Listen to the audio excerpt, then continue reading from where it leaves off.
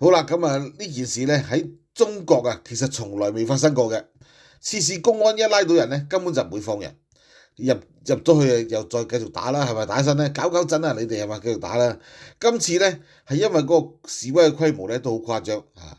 工廠咧成千人都出嚟示威，咁警察實際上冇1000人㗎，係咪？最多得幾十個嘅啫，100個都可能冇啊！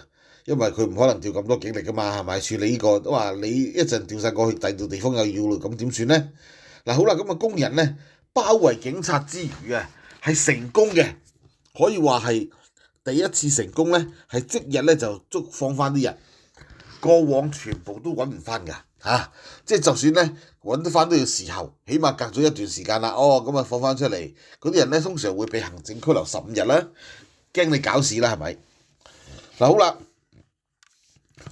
咁啊呢單嘢咧其實都係見到中國嗰個經濟咧係十分之好差嘅嚇。